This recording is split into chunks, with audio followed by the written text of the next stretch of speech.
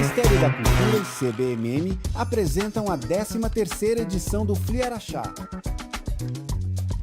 Vai começar mais uma atividade do festival. Compartilhe os melhores momentos nas redes sociais.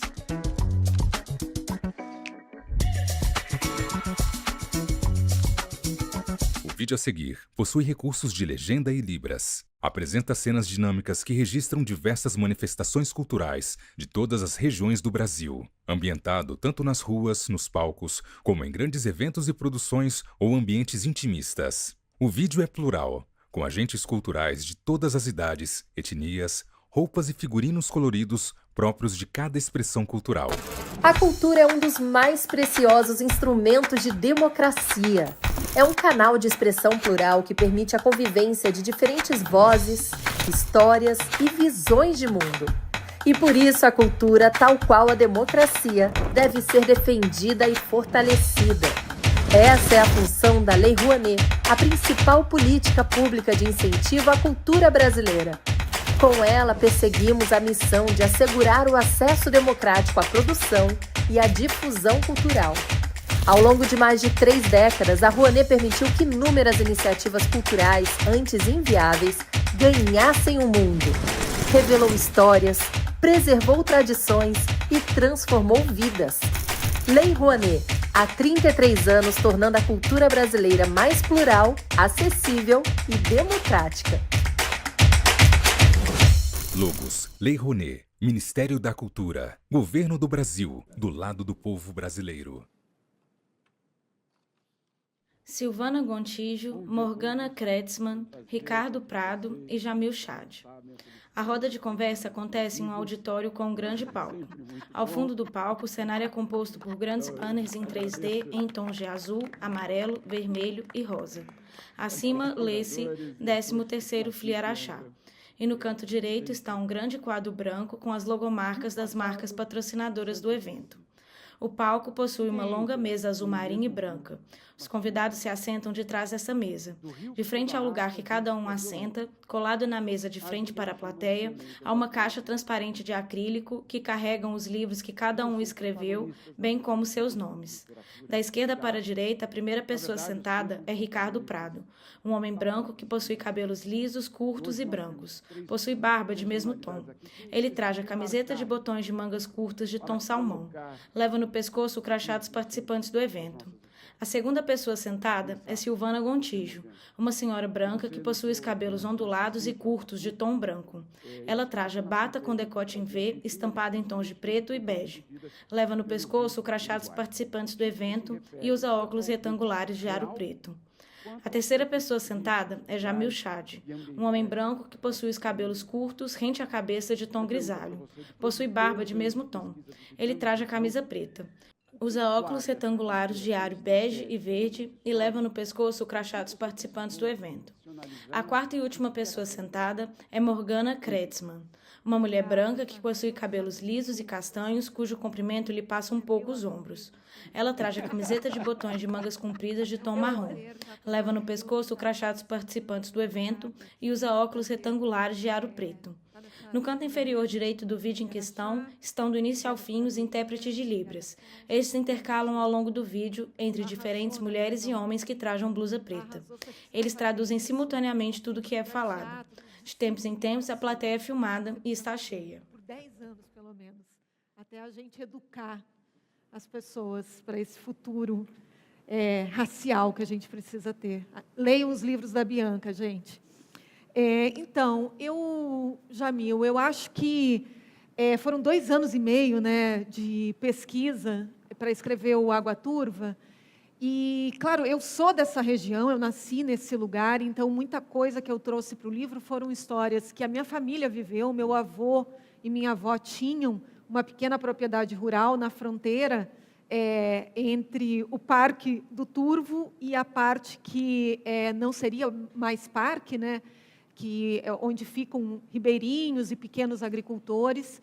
Então, a minha infância foi vendo no pátio da casa dos meus avós tamanduá chegando, anta, a gente se sentando no fogão a lenha e ouvindo as histórias do vô, isso década de 50 e 60, Vou entrando no Parque Estadual do Turvo, que é uma unidade de conservação que fica no extremo oeste do Rio Grande do Sul, para caçar em épocas que eles não tinham alimento, assim, em épocas, por exemplo, em que a agricultura sofria algum revés, principalmente de chuva ou de seca, e naquele semestre não se colhia absolutamente nada, e a única opção de alimento para ele e para aqueles agricultores daquela pequena comunidade ali que se chamava Centro Novo, era entrar dentro do parque e caçar mesmo, numa época em que se caçava anta, porco do mato, essas coisas para alimentar suas famílias. Então,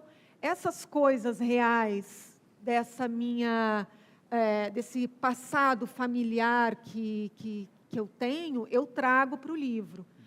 Agora, coisas que eu acabei ficcionalizando foi principalmente o grupo Pies Rubros, que é um grupo de caçadores de animais silvestres e de contrabandistas que estão no lado argentino do livro e que atravessam o rio Uruguai, esse rio que também é uma encruzilhada para as personagens, né, desse livro, porque você precisa também escolher o caminho que você segue, né, quando você faz essa travessia do rio Uruguai, ou para o lado brasileiro, ou para o lado argentino, você está escolhendo um caminho. As personagens elas têm a opção de escolha, de seguir uma história onde elas podem seguir pelo crime, ou seguir uma história onde elas vão preservar essa natureza, esses animais silvestres. Então, essas personagens, as 3 personagens principais, elas têm essa opção quando elas fazem essa travessia do rio. E essa travessia é muito recorrente no livro. Tanto que, quando a Preta, que é a líder dos Pies Rubros, perde um dos seus...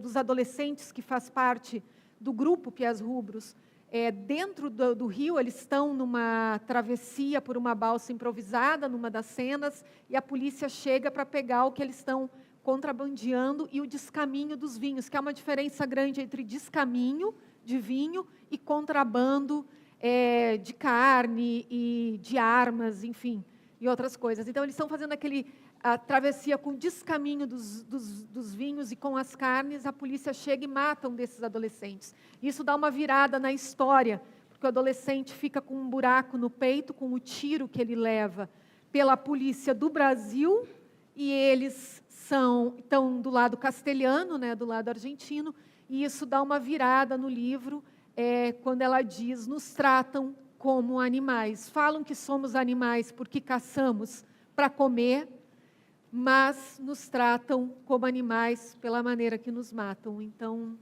acho que é isso, por enquanto. Perfeito. Silvana, a Morgana colocou justamente personagens que estão numa encruzilhada, no fundo, né? Eles têm essa opção. Nós não temos, como civilização, mais a opção de não cuidar do planeta, de não cuidar dos rios.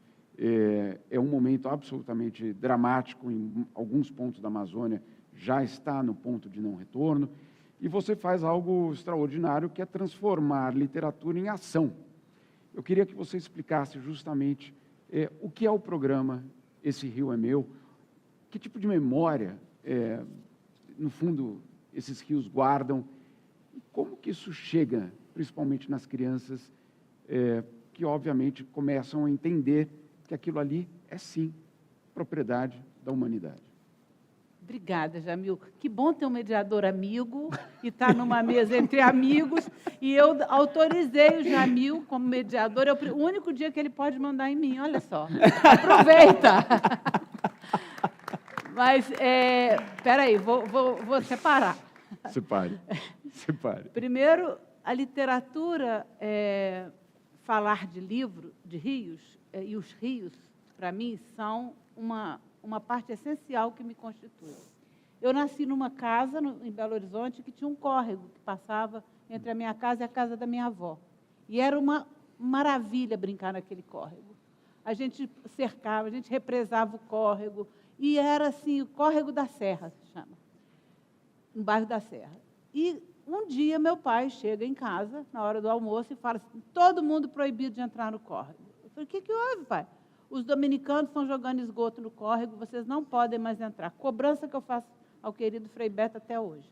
Mas que nos impediu de continuar a conviver com o rio, com aquela relação de intimidade total e também como parte constituinte da nossa vida. Era o nosso grande brinquedo, né, como criança. Bom, isso eu fui descobrir anos depois na análise, porque eu cuidava de rio hoje.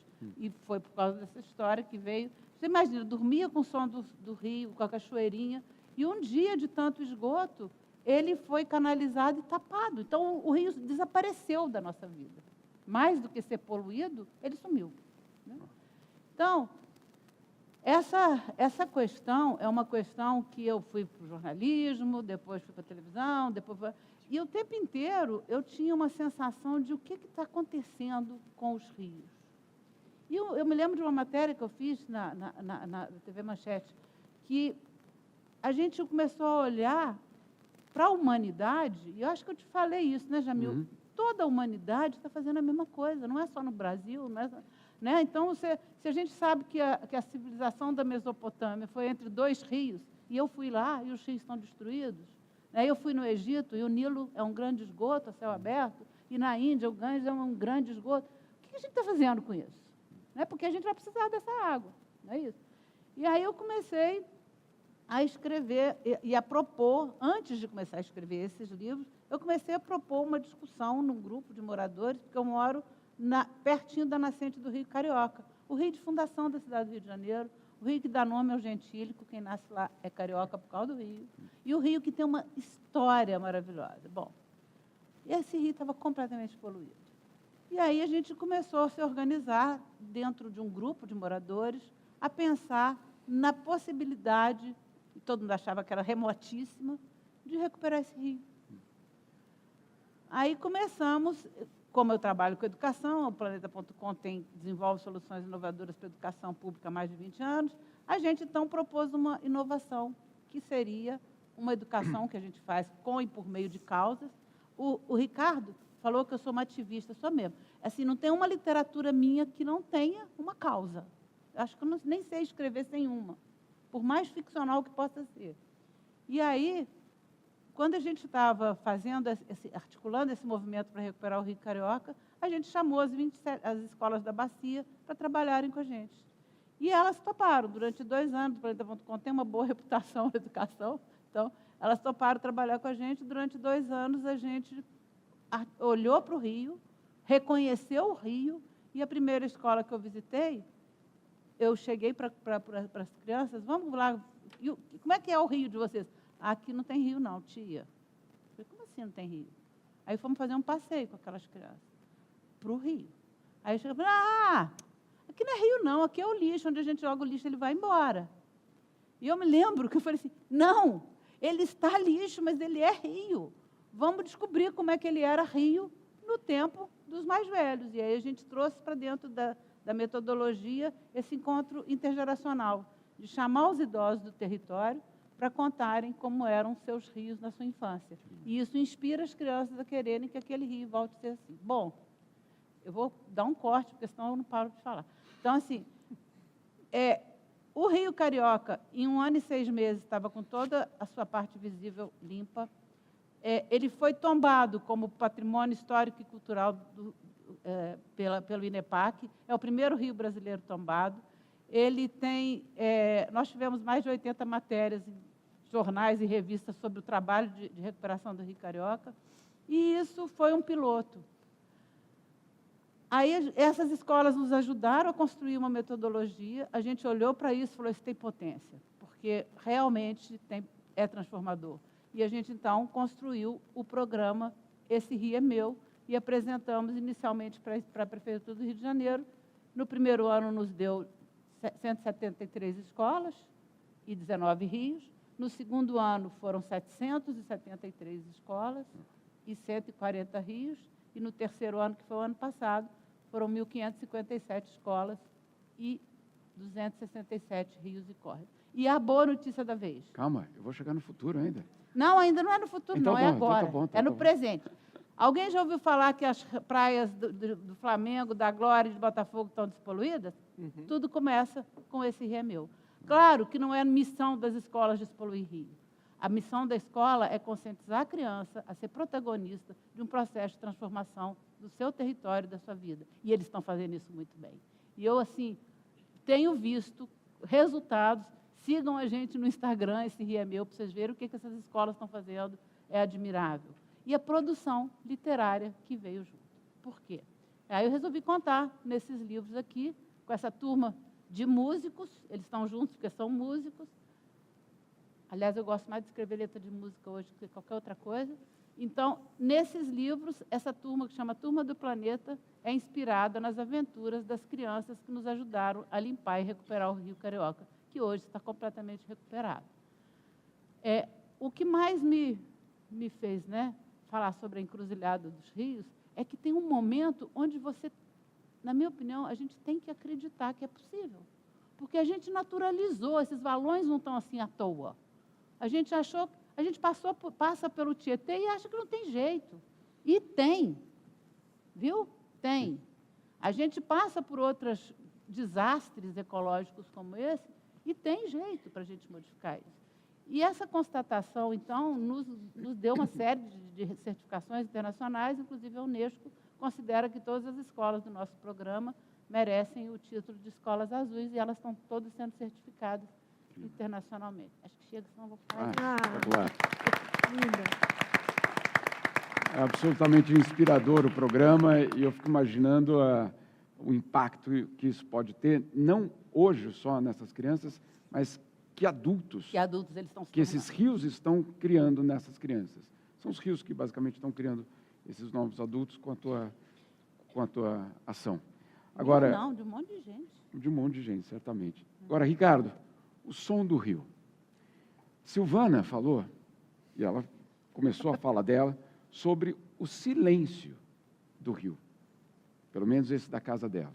Né? Ele desapareceu, mas foi o som desse rio que passou a fazer parte, a fazer falta. Te pergunto, o que as águas escondem? Até que ponto a gente pode descobrir o que de fato essas águas escondem? Olha que maravilha de pergunta. Primeiro, boa tarde, bom dia, boa tarde a todo mundo. Obrigado, Araxá, por me receber. Aqui é terra da minha família, minha avó materna nasceu na Pratinha, que é aqui do lado. A maior parte dos meus tios nasceu em Ibiá, que também é aqui do lado, e eu, em Araxá, me sinto em casa. Assim, muito... Aliás, mesmo quem não tem a família aqui, se sente bem recebido, acolhido em Araxá. Queria agradecer muito o convite. Você sabe, para mim, o que essa coisa do silêncio das águas é um silêncio... Quer dizer, o silêncio é uma coisa fundamental. Eu acho que o silêncio é o fundador de tudo. Porque é o silêncio que marca o tempo, não é o som. Já estou falando como músico, né? A música é uma perseguição, é uma paixão, não consigo não falar de música, né? Esse livro começa com a seguinte frase: no princípio era o ritmo. Só que, para haver ritmo, tem que haver silêncio. O ritmo começa no silêncio. É o silêncio que marca qualquer ação, qualquer coisa. E se nós não temos silêncio para perceber as marcações do tempo, nós não percebemos nada. Então, toda a nossa percepção, toda a humanidade, eu diria, começa pela percepção do silêncio. E mesmo que a gente não racionalize isso, a gente tem essa percepção corpórea, física, porque nós somos feitos de ritmo, né? Nós somos constituídos de ritmo e o nosso corpo vibra ritmicamente, né? Mesmo que a gente não sinta o coração, aliás, é meio agoniante, né? Perceber o pulso, perceber o coração, quando a gente vai tirar pressão e, num determinado momento da pressão, começa a sentir o latejamento, né, do pulso, do coração, dá uma certa agonia aquilo, né? Mas isso marca tudo que a gente faz. Eu estou falando e falar é ritmo. Eu estou pensando, pensar é ritmo. Eu estou olhando para vocês e olhar e perceber é ritmo. Qualquer verbo, ou seja, qualquer ação, é ritmo. Portanto, no princípio, não era o verbo. E esse é um reconhecimento que o escritor, humildemente, tem que fazer, ainda que um católico apaixonado, feliz, tem que fazer. No princípio, não era o verbo, porque antes do verbo, para haver o verbo, há que haver o ritmo. Então, no princípio, era o ritmo. E se eu fosse me comportar mais ainda como músico e menos como escritor, eu teria que admitir que, no princípio, não era o ritmo. No princípio, era o silêncio, porque sem o silêncio não há ritmo, sem ritmo não há verbo, sem verbo não há vida, não há ação, não há nada. Né? Eu venho de um rio que rio não é, que é o Rio de Janeiro. Né? Chamar a nossa cidade, né? Assim, aquilo é uma baía, né? E alimentada por muitos rios, que, uma vez limpos, limpam a baía e limpam a vida dos cariocas, que somos esses gentílicos com nome de rio. Mas aquela é uma cidade de mar. Eu sou um carioca muito atípico, é só olhar a minha palidez eterna, permanente. Eu tenho 3 cores, assim, eu vario do branco pálido, mórbido quase, para o rosa ardido, para o roxo doloroso. Assim, eu não chego a moreno nunca, nunca. Isso é uma impossibilidade. E eu não gostava de praia, eu não gosto de praia. Eu tenho que confessar que eu sou um carioca que não gosta de praia. Eu não gosto da areia, eu não gosto do ônibus para a praia, é um horror. Eu não gosto. Eu gosto do picolé, do mate, eu gosto das pessoas, mas eu não gosto de polvaréu concentrado, cheio de areia, praia, eu não gosto. Mas eu gosto muito de mar. Eu tive a sorte de ser um adolescente, não um menino, mas um adolescente que teve acesso ao mar. Eu velejava por um acidente. Assim, meu pai não tinha dinheiro para que eu velejasse, mas ele tinha um amigo que tinha dinheiro para ter barco à vela e que tinha um filho, muito meu amigo, que odiava barco à vela. Então, eu usava o barco à vela do amigo e eu naveguei as águas da Baía da Guanabara. Isso é uma experiência inesquecível, isso é um fundamento da minha vida. Né? E eu entendi logo que o mar, a Bahia, é um lugar de gente. Quer dizer, para além da experiência da água, da navegação, do vento, da maré, há a chegada e a saída de gente. Então, quem está na Baía de Guanabara, num barquinho menor do que essa mesa, movido a vento e equilíbrio, aprende a rapidamente conviver com navios, qualquer outro barco é gigantesco, tá certo? Isso é quase a jangada do meu querido Paulo Scott, quer dizer, é aquela precariedade, aquela deliciosa precariedade, naquele contato direto com a natureza, né? E invadido por todo tipo de embarcação. E eu, na medida em que amadurecia, fui entendendo um pouco como é que essa navegação marca essas coisas escondidas dentro da gente e que precisam ser reveladas e que chegam e que vão pela água, chegam e vão pelo mar. Eu queria trazer uma provocação rápida, que é a seguinte: quando, no século XVI, XVII, a Europa começou a entender as Américas, ela entendeu tudo errado. Aliás, eu acho que continua entendendo tudo errado, mas esse princípio vem pelo mar, e isso é uma coisa muito complicada. Né? Pelo mar chegaram os escravizados todos, né? por aquela roda, por aquele moinho de água que existe no meio do Atlântico e que facilitava a vinda de África para o Brasil, né? Que trouxe milhões de pessoas escravizadas, e isso é uma tragédia brasileira até hoje. Mas há uma outra tragédia nossa, americana, também trazida pelo mar. Uma história pouco conhecida, embora muito contada já, que é a história de como eles entenderam a gente. Né? Então, começaram a chegar à Europa os relatos Primeiro dos espanhóis, porque os portugueses não podiam ir lá e contar nada sobre o Brasil. As penas por causa da proteção do ouro e do diamante. Não se podia contar, não se podia escrever nada, nem no Brasil, nem sobre o Brasil. Mas os espanhóis podiam. Então, eles começaram a vir, chegar lá e contar. E aí a Europa, especialmente a França, enfurecida, começou a dizer o seguinte: é tudo mentira, é tudo mentira. Eu trouxe uma frase para vocês, uma citação de Voltaire, é breve. Ele diz o seguinte, olha, Voltaire, a gente está falando do racionalismo francês, a gente está falando das luzes. Olha as luzes como eram, né?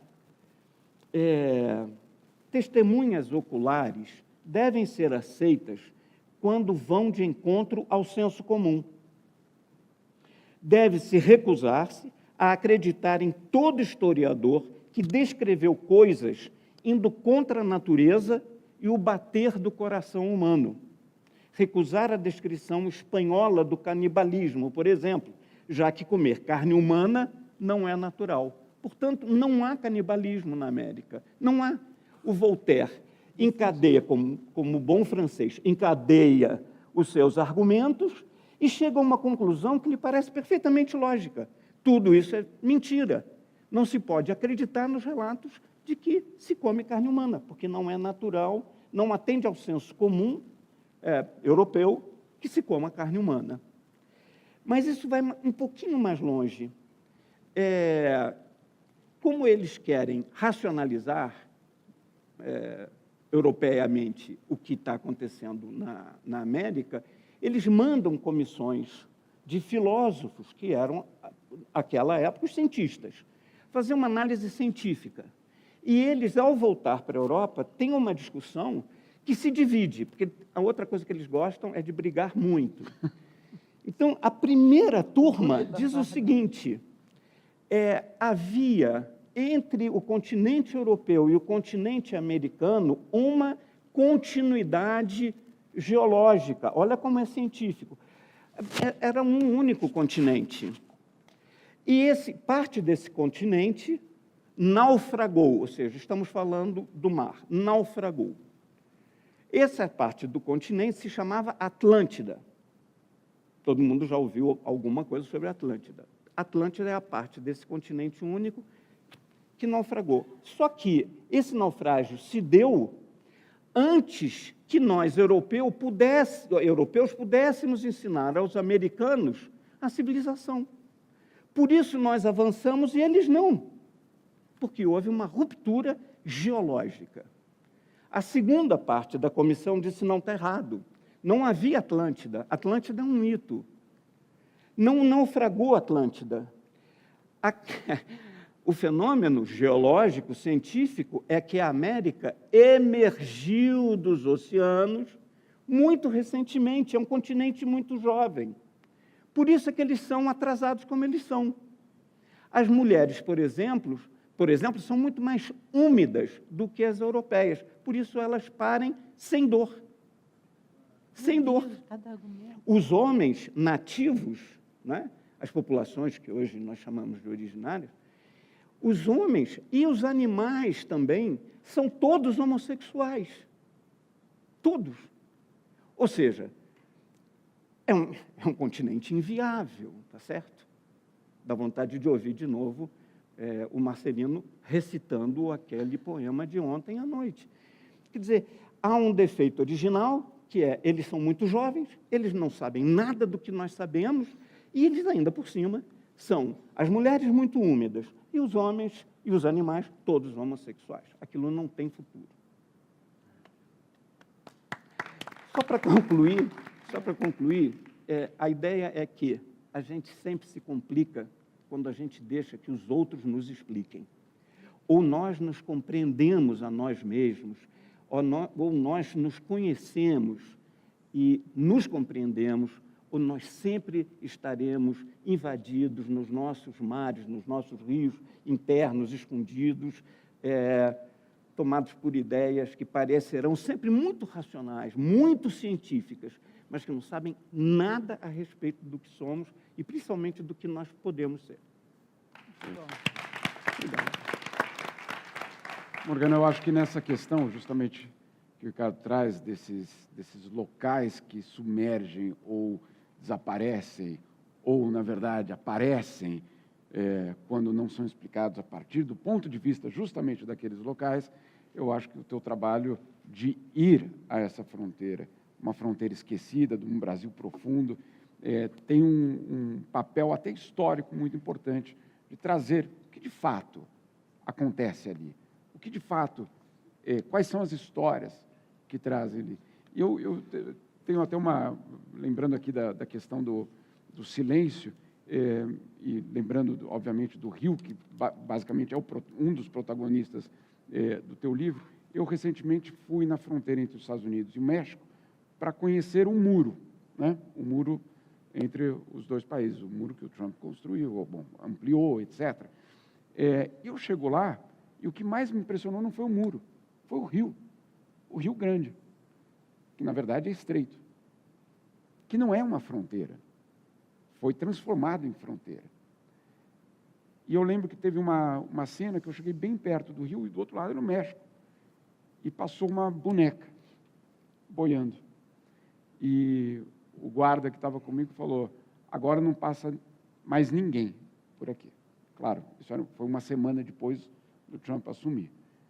E, de fato, tinha um silêncio muito tenso. Te pergunto, o que é o Rio Uruguai na fronteira entre o Brasil e a Argentina? É a fronteira, de fato, ou essa fronteira também é inventada? Sabe, eu tenho algumas histórias, Jamil, de visitação ou de vivência de coisas dessa fronteira, mas pegando um pouco o gancho do que o Ricardo falou sobre praia, o Rio, por exemplo, o Rio Uruguai, para nós, é a nossa praia lá. A gente está muito longe do mar, então a gente chama de Prainha do Cascalho, a prainha do Rio Uruguai. E eu passei a minha infância indo para essa praia. Eu fui conhecer o mar com 18 anos. Eu passei até os 18 anos, a minha praia era o Rio Uruguai. Então, é nessa prainha onde eu passava o verão, onde eu tomava os banhos, onde a gente ia acampar, às vezes em família, quando eu era mais nova. E, ao mesmo tempo, esse Rio Uruguai também, ele tem uma lembrança muito afetiva para mim, por ser a minha praia, por ser o lugar que eu me banhei, e que muito me lavei, muito me diverti, e muito fui feliz. Aqueles momentos que você, na infância e adolescência, você pensa, esse foi um dia perfeito, eu fui muito feliz, eu fui totalmente feliz hoje. Foram nesses dias dentro do Rio Uruguai, tomando banho. Só que, ao mesmo tempo, tem trechos do Rio Uruguai que são muito perigosos. O meu pai tem uma história dele, do meu tio, o irmão mais novo dele, nadando no Rio Uruguai, numa parte mais perigosa. E o Rio Uruguai, na parte mais funda do Rio Uruguai, é o seguinte, você olha, ele está calmo, é aquele rio turvo, enorme, né, divide Argentina e Brasil, e ele está calmo. Mas por dentro, em algumas partes, há um redemoinho que puxa para baixo. Ele literalmente puxa para baixo. Quem resolve nadar ou se jogar. Então, meu pai e meu tio eram adolescentes, assim, estavam nesse rio, e o meu tio se jogou do barco a remo, e se jogou justamente no lugar onde estava o redemoinho invisível. E ele foi sugado, e meu pai, muito maior que o meu tio, e um ótimo nadador, ele se jogou para salvar e conseguiu salvar o meu tio. Então, a gente cresce com essa alegria e esse amor, né, pelo Rio Uruguai, mas, ao mesmo tempo, com muito respeito. Um respeito de quem tem medo, porque sabe que o Rio Uruguai pode matar. Então, assim, as notícias, por exemplo, de pessoas que morrem afogadas no Rio Uruguai, são muitas. Não só ali na nossa região, como descendo até lá embaixo a fronteira com já o Uruguai, né? Porque o rio ele passa, né, todo o Rio Grande do Sul, o Rio Uruguai. Então, eu tenho um conto que eu escrevi para um livro do Dom Phillips. O Dom Phillips escreveu um livro póstumo, né, com outras pessoas colaborando, depois que ele morreu, brutalmente assassinado, com Bruno Pereira, no Vale do Javali, no extremo oeste da Amazônia. Nessa época que eles morreram, eu estava escrevendo Água Turva. Eu dedico, né, eu coloco em memória dos dois. E, na época, eu fiquei muito emocionada e muito comovida e muito tocada com a maneira com que eles morreram, né? Porque eles estavam defendendo um rio, defendendo a pesca ilegal nesse rio, defendendo aquele território, aquela mata, e eles foram brutalmente assassinados, esquartejados, queimados e enterrados numa vala. Que é tudo o que a Shaya, a protagonista desse livro, tenta não ter como fim dela, ela busca que não seja isso, né? Porque ela é uma defensora desse parque. Então, quando a Companhia das Letras me chamou para escrever esse conto, que inclusive está gratuito na Amazon, é só baixar, se chama Nome Floresta, o nome do conto. Eu escrevo um conto pensando muito nessa coisa de fronteira entre Argentina e Brasil e o Rio Uruguai, porque, para mim, na minha infância, essa fronteira não existia, porque a gente atravessava, porque a gente ia. Se eu quisesse, claro, passar a aduana, que fica entre El Soberbo e Porto Soberbo, claro que eu tenho que ter a minha carteira de identidade, eu tenho que atravessar. Mas se eu quisesse atravessar de barco e ir de um lado para o outro, eu ia. E muitas outras pessoas faziam isso. Ou seja, para nós essa fronteira não existia, era uma fronteira inventada por outras pessoas que a gente não seguia essas regras. A gente tomava banho um pouco na Argentina, um pouco na parte brasileira, na parte mais baixa do rio. Então, eu quis escrever um conto que falasse um pouco sobre isso, assim, sobre essa questão da fronteira. Então, eu escrevo um personagem que não é o Dom, mas é o Dom, e ele encontra uma menina na floresta e ele está fugindo desses caçadores que depois vão matar ele.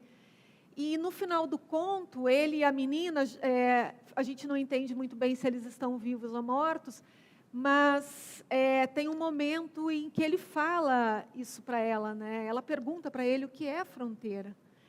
E ele não responde, e depois, antes dele embarcar no barco, para atravessar um rio, que seria a travessia entre vida e morte, né, no conto, quando ele está no barco, ele olha para ela e fala, não há fronteiras. E eu acho que isso, para mim, é uma coisa que, dentro do água, principalmente, também tem uma espécie de lenda que eu e o Paulo colocamos aqui nesse livro, que também fala do Rio Uruguai e de fronteira, e de uma época que fronteiras não existia. Tem uma lenda que está dentro desse livro também. E eu penso muito nisso, assim, né? Quando eu vejo esse monte de crimes e mortes que acontecem em fronteiras, e prisões que acontecem em fronteiras, eu penso muito na minha fronteira e no lugar que eu venho, quando eu me lembro desses barcos a remo e das famílias inteiras, assim, carregando cachorro, carregando roupa, vindo vovó, pai, crianças pelo barquinho, atravessando para chegar no Brasil e morar no lado brasileiro, porque a Argentina está vivendo um colapso econômico, né? O número de pessoas que estão vivendo na extrema pobreza é muito grande. Então, no nosso lado brasileiro, está vindo muitos argentinos trabalhar e morar, muitos.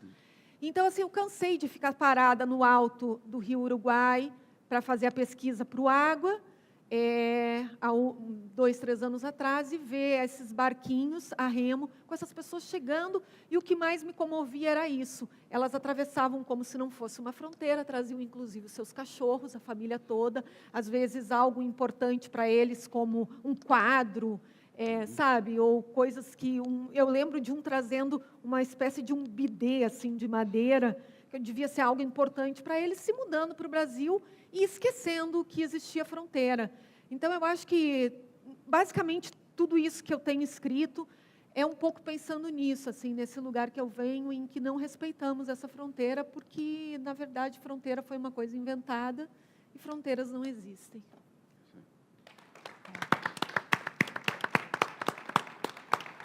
Silvana, eu queria retomar a questão justamente do impacto do teu programa, mas agora no aspecto da literatura, da produção literária dessas crianças e na educação. O que você tem sentido agora, já em vários anos do programa sendo implementado, de que forma isso tem um impacto, não na limpeza apenas do rio, mas, eu diria, na formação dessas crianças? Então, a gente às vezes fica tomado pela questão dos rios, também dentro do Planeta.com, e a gente tem que lembrar o tempo inteiro que a nossa missão é desenvolver soluções inovadoras, para qualificar a educação pública brasileira. E é isso que a gente faz. Então, o que a gente associa ao desafio de recuperar um rio? Todos os componentes curriculares. Então, a gente fala que um rio tem língua portuguesa, matemática, geografia, história, ciência, tudo tem o rio. E como que os professores trabalham articulando isso? Porque quem separou o conhecimento em caixinhas, né, não foram as crianças compreendem a realidade como um todo. Né? Depois elas vão para a escola e separam os conhecimentos em caixinha, e ela depois tem que articular. Paulo Freire sempre falou isso, né? Vamos ressignificar a educação, vamos trazer o significado para ela. Né? Então, na educação, a gente está vendo uma coisa muito instigante. Por exemplo, um material que vai para as escolas acompanhando a coleção, os meninos são instados a narrar as suas aventuras com os rios a partir das que estão nos livros, ou não. E aí tem uma coisa muito interessante, Morgana fala da fronteira do Rio. Quando eu apresentei para o Rio de Janeiro, é enorme, né? E são 11 CREs, que são as Coordenações Regionais de Ensino. Eu fui lá para um auditório enorme, contar como é que a gente estava pensando, como é que a gente achava, e apresentei um mapa que a gente construiu com todos os rios do município e todas as escolas. E as escolas hoje têm esse mapa, elas clicam nelas mesmas e descobrem o rio mais próximo e quais outras escolas podem ajudar a recuperar. E aí estou lá mostrando, e aí que vem assim com um rio que se chama Faria Timbó. Aí eu estou falando, um rio longo. Aí eu virei e falei assim, olha aqui, o rio está... Ela falou, é da minha CRE. Eu falei, perfeitamente. Aí eu fui andando com o rio, não, é da minha CRE. Eu falei, gente, vamos combinar uma coisa? Antes de haver CRE, esse rio já existia. Então, vamos combinar que esse rio passa pela CRE 4, 5, 11, até chegar no mar, deve passar num monte de CRE. Então, antes da fronteira. É a fronteira, delimitada. Mas eu falei, mas isso não impede das CREs trabalharem juntas, pelo próprio rio. Né? Então, essa questão, o impacto na cognição está se dando pelo esforço gigantesco desses professores, que eu admiro profundamente, porque a produção literária dessas crianças, vocês não acreditam. A quantidade de batalha de slam, a quantidade de histórias em quadrinho que eles estão escrevendo, a quantidade de concursos de redação, como que a gente viu aqui, a profusão de ideias, porque o rio inspira. E eles começam descobrindo quem foi inspirado pelo seu rio. O rio começa a ter significado para eles a partir de um Conde Machado de Assis que fala sobre o Rio Carioca e que eles descobrem que apenas o Machado de Assis escreveu sobre o rio dele. E aí eles começam a investigar Machado de Assis. Né? E aí essa ideia de o rio ser uma fonte de inspiração e ser transfronteira, né? E que esse rio é de todos eles, né? É uma coisa que está gerando um impacto num indicador externo. Alguém sabe o que é um IDEB? O indicador de educação básica? Então, o secretário de Educação do Rio de Janeiro declarou, a gente tem um vídeo, que esse rio é meu, em parte é responsável pelo aumento do IDEB, que foi o maior número da história do Rio de Janeiro. Então, isso para nós foi de um orgulho, de uma satisfação muito grande, porque é isso, é importantíssimo limpar os rios, e é importantíssimo qualificar a educação pública brasileira. E a gente não pode perder isso de vista. Né? Então, quanto mais a gente for, e o programa for capaz de inspirar, mobilizar, e as inúmeras narrativas, tem samba-enredo composto por uma comunidade escolar, tem tudo. Tem um concurso de audiovisual que eles fizeram e postaram nas redes sociais, cada um sobre seus rios. É uma coisa, são várias narrativas. E para cada audiovisual desse é escrito um roteiro, portanto, literatura. Né? Para cada ação no Rio é escrito uma narrativa descrevendo aquela ação. Para as redes sociais, literatura. Né? Então, a gente está falando de um estímulo realmente, de uma descoberta de que a capacidade, né, de atuar. Né? Eu acho que o que a gente está falando é de exercício da cidadania, a gente está falando do Rio como inspiração, a gente está falando desses meninos como protagonistas de um processo de transformação de suas realidades. Né? E eu acho que essa é uma força e uma potência que, para além de qualquer avanço na política, eles nunca vão abrir mão do mérito de terem salvado o seu rio e escrito sobre isso, né? Que demais. É isso. Ricardo, a gente já está começando a chegar ao final, eu ainda vou ter uma rodada de perguntas para todos, então os organizadores me perdoem por nós passarmos da fronteira do tempo, né? Mas eu queria te fazer uma pergunta. Você falou de como os rios ou as águas escondem, mas o que elas protegem? Olha, eu acho que elas protegem, Jamil, memórias, né? As águas guardam memórias. Essas duas amigas queridas estão falando de memórias o tempo todo. Morgana fala das memórias, fala da infância, fala do pai que se jogou na água para salvar o tio, porque nós somos feitos disso, nós somos feitos nós somos memória, né? Eu fico muito impressionado sempre que eu converso com o Silvano, como tem memória, assim, como tem memória. E como memória é uma coisa que se produz. Né? Memória não é uma coisa só que se guarda, memória é uma coisa que se produz. E a gente produz muito mais memória, quanto mais memória a gente guarda. E a gente só guarda a memória que a gente se revela. Porque há memórias naufragadas, para usar uma imagem de mar, de rio, naufragadas dentro de nós, em quem nós somos individual e coletivamente, que a gente não se revela. Essa autorrevelação é dificílima e ela é fundamental, no sentido de que a gente se funda, né? Nós somos uma fundação de nós mesmos, quanto mais nós nos permitimos que emerja de dentro de nossas memórias aquelas que estão escondidas e a gente se descubra, se entenda, se assuma, como é comum a gente dizer, e passe a produzir mais memória, né? Eu sempre defendi a ideia, como músico, o que era um pouco complicado. Defender ideias entre músicos é sempre arriscado, porque músico, se você disser assim, mas como é que é mesmo? Ele faz assim. Ele faz assim, como o Jamil, né? Ou ele, enfim, ele toca, ele se expressa pelo som. A palavra não é tão fácil para o músico, porque a música é uma coisa autorreferente, a música não significa nada, ela não está no lugar de nada, como a palavra está, né?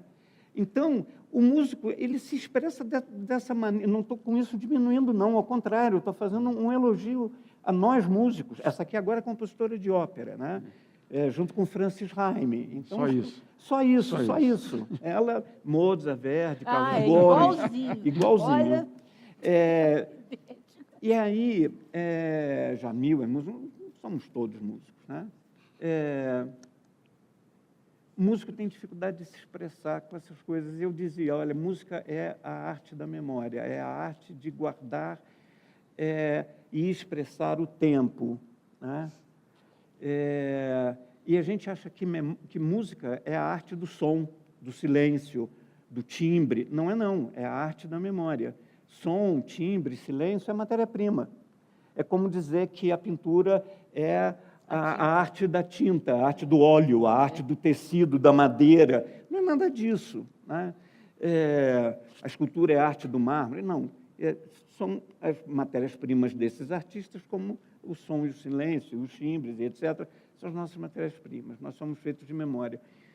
E eu sou daqueles escritores, aprendizes de escritor, que escreve para entender alguma coisa, que se depara com alguma coisa que é incompreensível e escreve para compreender. Na história da minha vida, isso é longo, né? Eu estou velho já, uma personagem que marcou desde a minha infância, um homem chamado José Maurício Nunes Garcia, que eu descobri num fascículo de grandes mestres da música que é Abril Cultural, publicava e vendia em banca de jornal. Quem tem mais de 50 anos sabe do que eu estou falando. E um dia, no meio lá da coleção, onde vinha Beethoven, Bach, Mozart e tal, veio um sujeito que eu botei tarado, né? Eu corria, botava o disco para ouvir, e, enquanto ouvia, pegava o fascículo e lia as informações que tinham ali. E eu não conseguia ler, porque a música que eu estava ouvindo não me deixava me concentrar naquela informação. Tamanha era a maravilha daquela música. Quando acabou o disco, eu coloquei imediatamente para tocar pela segunda vez, eu comecei a ler e fui descobrir que aquele sujeito tinha nascido no Rio de Janeiro, de onde ele nunca saiu, ele nunca foi a Niterói, para vocês terem uma ideia. Ele nunca cruzou a Baía de Guanabara. E ele tinha composto alguma coisa como 1000 obras. 1000 obras. E era um gênio. Ele, além de compositor, era regente, violista, tecladista, cantor, poliglota. E esse homem, para assombro de Dom João VI, ao chegar no Rio de Janeiro, era um homem negro. Esse gênio da música, escondido sob as águas da Guanabara, das memórias das águas da Guanabara, era um homem negro. Conto brevemente. Dom João desembarca ali onde hoje é a Praça 15, cruza em frente ao Paço Imperial depois, né? Ao Paço, ao lugar que administrava o Rio de Janeiro, e vai à igreja de Nossa Senhora do Rosário e São Benedito, né? Que ontem foi mencionada aqui, e entra para cantar o Te Deum, para comemorar o sucesso da travessia. Quando ele entra, soa naquela igreja maravilhosa uma música espetacular.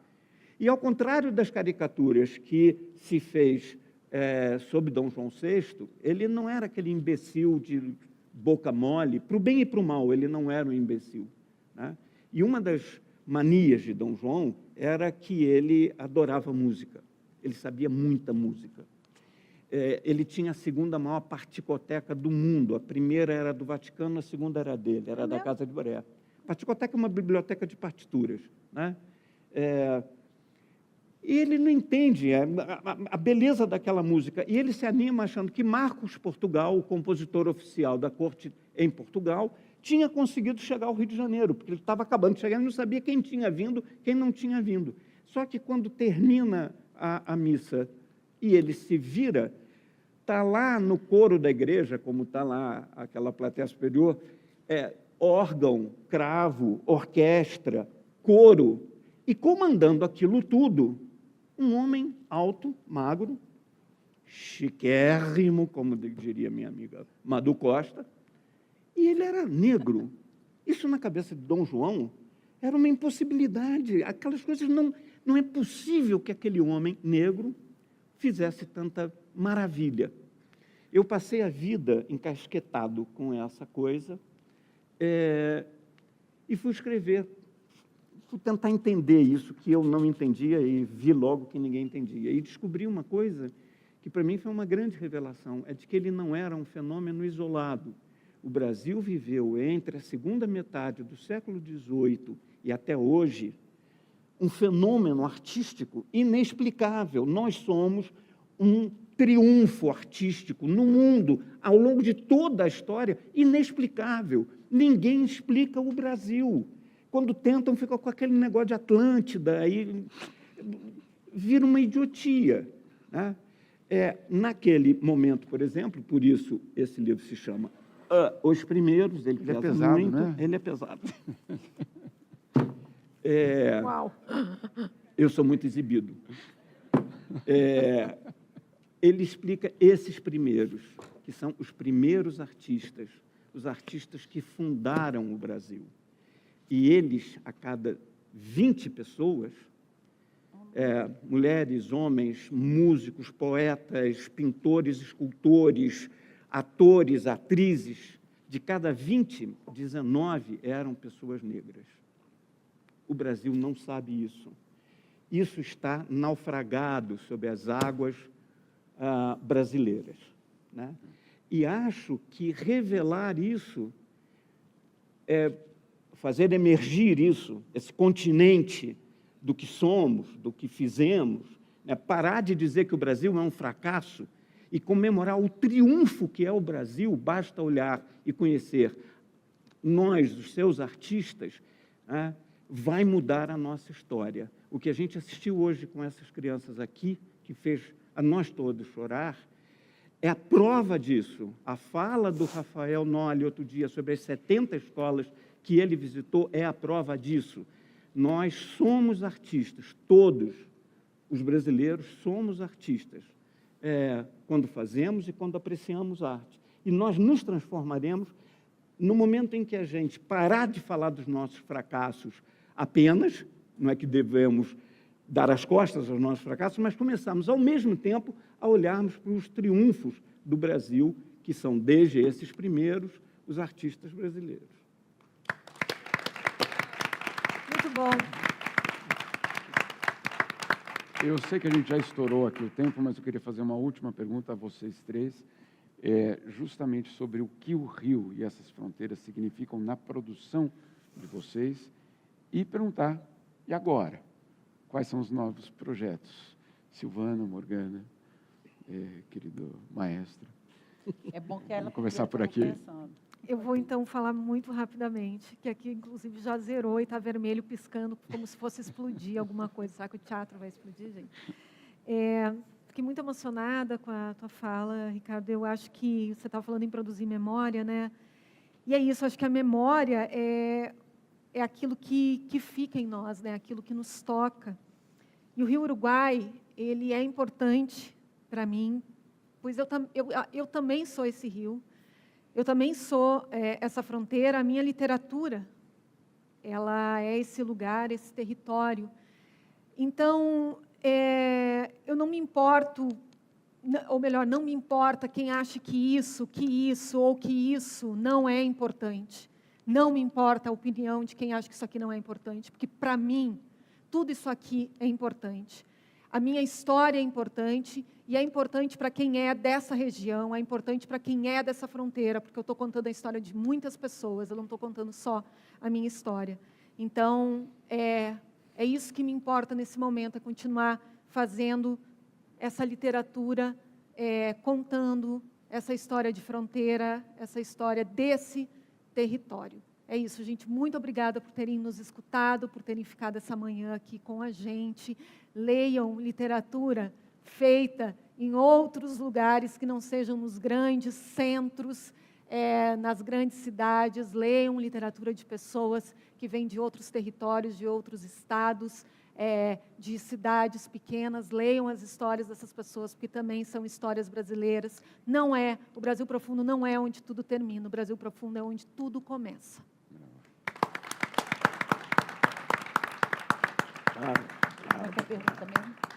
E agora? Qual é o seu próximo projeto? Quantas escolas? Bom, eu acho que tem duas respostas. Uma da Silvana, escritora e letrista, e outra do Planeta.com, da instituição. Se juntam muitas vezes, mas no caso do Esse Rio é Meu, a gente está, ano que vem, indo para mais 4 municípios em torno da Baía do Guanabara, 3 no Rio Grande do Sul, 2 em Minas, 4 no sul da Bahia, e talvez Pernambuco, é um sonho, mas a gente, estou vendo...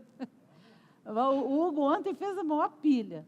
E também estamos sendo chamados para Goiás. Então, a Rede Globo fez uma campanha enaltecendo o trabalho, e isso nos deu um problema e uma solução.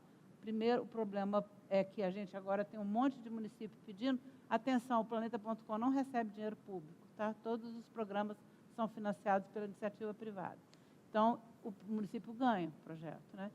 Então, a gente vai ampliar, a gente vai para isso, e a gente vai ampliar para o que a gente chama agora de Esse Rio é Nosso, que é o Esse Rio é Meu, que derrama para os territórios, e onde a gente trabalha muito a questão do racismo ambiental, da convivência harmônica entre os diferentes e da geração de renda para jovens e mães solo.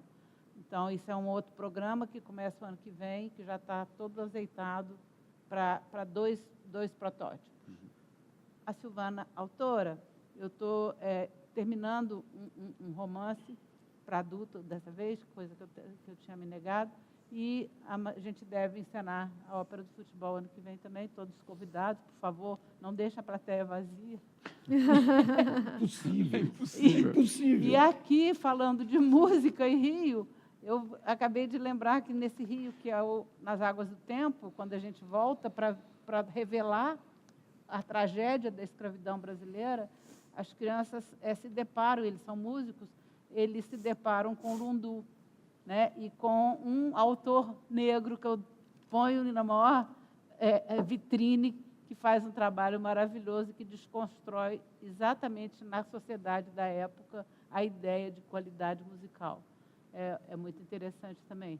E aqui é a ideia de que o rio, todos os elementos da natureza são sujeitos de direito. Então, os livros dão voz a todos. E o último livro, quem fala, quem é o narrador, quem é o protagonista, é um rio, e ele fala de diferentes maneiras, em diferentes ritmos. Porque o rio fala grosso quando toma muita chuva. E eu fiquei escutando rios por aí, a família achando que eu tinha enlouquecido, para escrever como é que o rio fala, com qual cadência. Né? E está aí, gente, quem quiser conhecer. Muito obrigada. Ricardo, próximo projeto. Eu estou metido em 2 projetos. Um que é um projeto meio permanente, acho que eu vou morrer fazendo isso, que é a de que esse livrinho é o primeiro volume de uma trilogia com que eu pretendo contar uma outra história do Brasil. Ou seja, uma grande ambição, eu não sei se dou conta disso. O segundo volume, ao qual eu já venho me dedicando, vai se chamar Os Abre-Alas. Esses são os primeiros.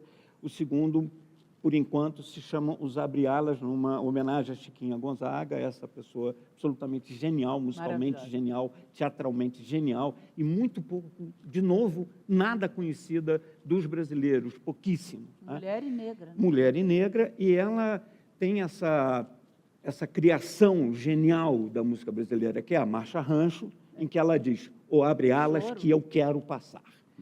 Eu acho isso uma maravilha. Essa mulher falou isso no final do século passado. Né? Casou-se com um menino, quase 40 anos mais jovem do que ela, mudou-se para Portugal para fugir da perseguição da família dela, né? E da sociedade toda. E aquela geração, se essa for a geração dos primeiros, aquela geração, e negros, aquela foi uma geração que, além de negros, teve os caipiras. Né? Então, o protagonista nesse foi José Maurício, no segundo será Antônio Carlos Gomes, né? Um garoto ousado, ambicioso, que saiu fugido do pai de Campinas, foi para o Rio de Janeiro, triunfou no Rio de Janeiro, aliás, antes foi para São Paulo, triunfou em São Paulo, foi para o Rio de Janeiro, triunfou no Rio de Janeiro, achou que era pouco, disse assim, eu quero fazer ópera italiana. Eu quero fazer ópera italiana, porque era aquilo que o mundo apreciava. E fazendo ópera italiana, eu quero falar do Brasil. Não dava para fazer uma ópera que fosse brasileira. E aí ele simplesmente foi triunfar em Milão. E, não satisfeito, triunfou em todas as casas mais importantes de ópera, de Londres a São Petersburgo. Esse homem comandou o mundo da ópera a partir de Milão durante um monte de tempo. Né? A gente não conhece a história dele. O Guarani virou aquela chatice que abre aquela coisa insuportável que é a hora do Brasil. Né? A gente precisa entender essas pessoas. E o outro projeto a que eu estou dedicado é o que nós católicos chamamos de um testemunho. Não é um depoimento, não é uma memória, não é uma biografia, é um testemunho. Eu estou escrevendo um livro chamado O Outro Pai do Filho de Deus, que é dedicado a São José. E é um depoimento que nós chamamos, de outra maneira, sobre a paternidade. Eu escrevo, eu faço música, eu fiz música, mas o que eu sou na vida é pai. As outras coisas são trabalho. Eu sou, a minha natureza, o meu rio que corre em mim é ser pai. E esse é um testemunho sobre a paternidade, refletindo sobre esse homem que viveu na sombra, que recolheu-se, que saiu de cena para proteger aquele menino que era Deus, para mim era, e aquela mulher que tinha trazido um menino Deus ao mundo. É o outro pai do Filho de Deus.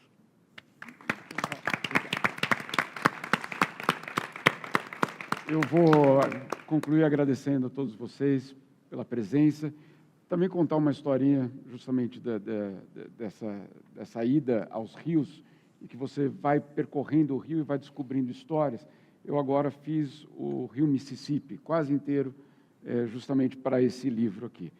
E, no meio do rio, me contaram uma história que eu achei absolutamente fascinante e que mostra que os rios fazem parte das nossas vidas o tempo todo, o tempo todo.